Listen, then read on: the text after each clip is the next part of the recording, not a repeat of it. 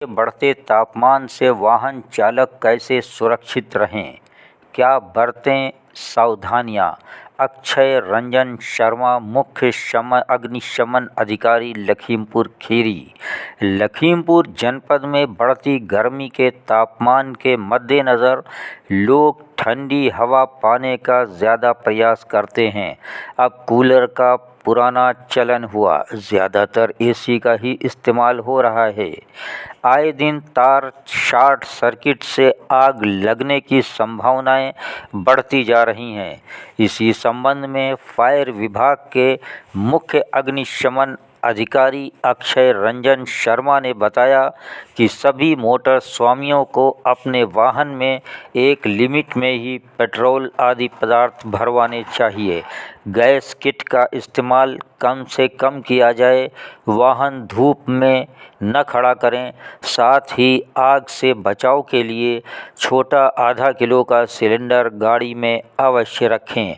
अपने घरों के वायरिंग के अनुसार ही तारों पर लोड डालें। अधिक लोड के कारण तारों में शॉर्ट सर्किट होने की संभावनाएं बढ़ती हैं और जिससे बड़ा हादसा हो सकता है। यदि तेज़ हवा के कारण किसी प्रकार कोई तार टूटकर ज़मीन पर गिरता है और उससे शॉर्ट सर्किट से घर, मकान, गोदाम, दुकान आदि स्थानों पर आग लगती है तो वहां पर पानी का प्रयोग बिल्कुल न करें। आग बुझाने के लिए पानी का प्रयोग बिल्कुल न करें। मौके पर यदि आग बुझाने के लिए सिलेंडर मौजूद है तो उसका इस्तेमाल करें या अग्नि विरोधी गैस सिलेंडर, सूखी बालू, सूखी मिट्टी जैसे वस्तुओं का प्रयोग किया जा सकता है तथा रसोई गैस में आग लगने पर भीगी जूट या टाट के बोरे को पानी में भिगोकर सिलेंडर पर लपेट सकते हैं, जिससे आग पर काबू पाया जा सकता है। सावधानी ही आग से बचाव है। सूखी बालू या मिट्टी का इस्तेमाल कर सकते हैं। हाल ही में भी दिल्ली में एक हॉस्पिटल में दर्दनाक हादसा हुआ जिसमें कई बच्चों की जान चली गई। आग लगने के कारण ऐसा हादसा, क्या कुछ सावधानियां अस्पताल वालों को बरतनी चाहिए? देखिए, सबसे पहले मैं ये कहना चाहूँगा इस विषय में कि किसी भी अस्पताल में उसकी संरचना के आधार पर जो फायर फाइटिंग के अप्लाइंसेस हैं वो इंस्टॉल होने चाहिए। इसके अतिरिक्त वहाँ पर जो स्टाफ कार्यरत है उन्हें चलाने का अनुभव होना चाहिए। इसी परिप्रेक्ष्य में मेरे द्वारा जो है जनपद लखीमपुर खीरी के अस्पतालों में, होटलों में चेकिंग अभियान चलाया जा रहा है। वहाँ के स्टाफ को प्रशिक्षित किया जा रहा है और उन लोगों को जो है सचेत किया जा रहा है जहाँ पर अग्निशमन उपकरणों में कमी पाई जा रही है उनकी वो पूर्ति कराएं। क्या बिना एनओसी जारी हुए हॉस्पिटल चलाने का कोई ऐसा नियम है?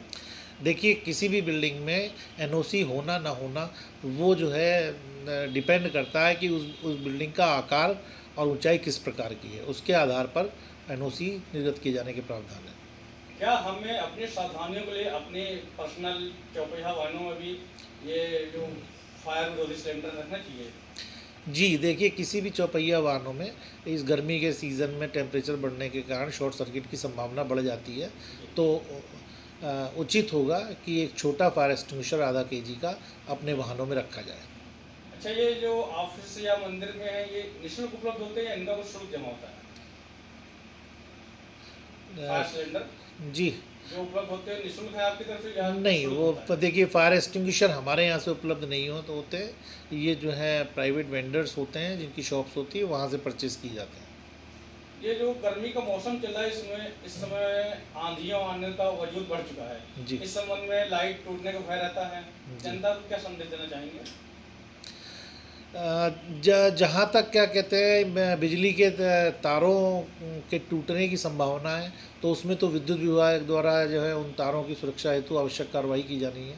इसके अतिरिक्त जनता को इलेक्ट्रिक शॉर्ट सर्किट के विषय में ध्यान रखना चाहिए कि गर्मी के सीज़न में जो है एसी का उपयोग बढ़ जाता है, अतः जो है अपने अपने घरों का व अपने अपने प्रतिष्ठानों की इलेक्ट्रिक वायरिंग का ऑडिट करा लें और कटी फटी वायरिंग को ठीक करा लें, और अगर लोड ज़्यादा है तो उसके अकॉर्डिंग मानक के अनुरूप उसमें जो है वो इलेक्ट्रिक वायर लगाए जाएं जिससे कि शॉर्ट सर्किट की संभावना कम हो। यदि संभवतः ऐसी घटना हो जाती तो उस पर कंट्रोल के साथ क्या पानी का उपयोग करना चाहिए बुझाने में?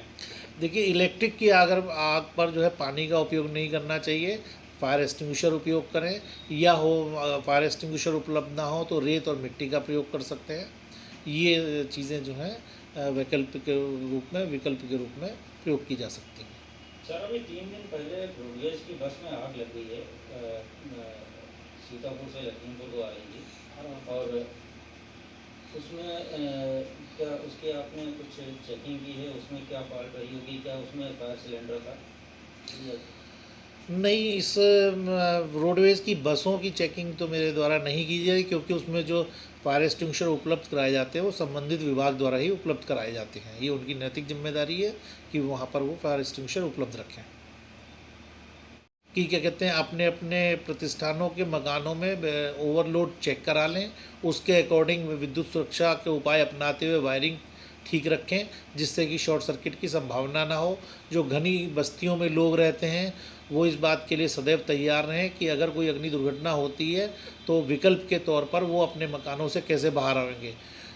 उदाहरण के तौर पर यदि द्वितीय फ्लोर पर या तृतीय फ्लोर पर कोई मकान है और वहाँ से निकलने के लिए एक ही विकल्प है, एक ही जीना है, और वो किसी वजह से बाधित हो जाता है, धुएं से वो भर जाता है, उससे नहीं निकलता है, तो आस पड़ोस के लोग मिलकर उसके विकल्प के तौर पर एक अतिरिक्त स्टेयरकेस लकड़ी की या लोहे की रखें, जिससे कि वहाँ से सुरक्षित उतर सकें।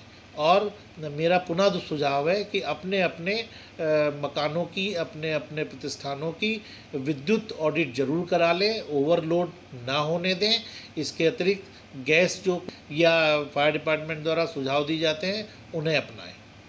सर, फायर ब्रिगेड का कोई इमरजेंसी नंबर है? जी, फायर सर्विस को आप जो है 112 पे कॉल कर सकते हैं, क्योंकि फायर सर्विस 112 से इंटीग्रेटेड हो चुकी है।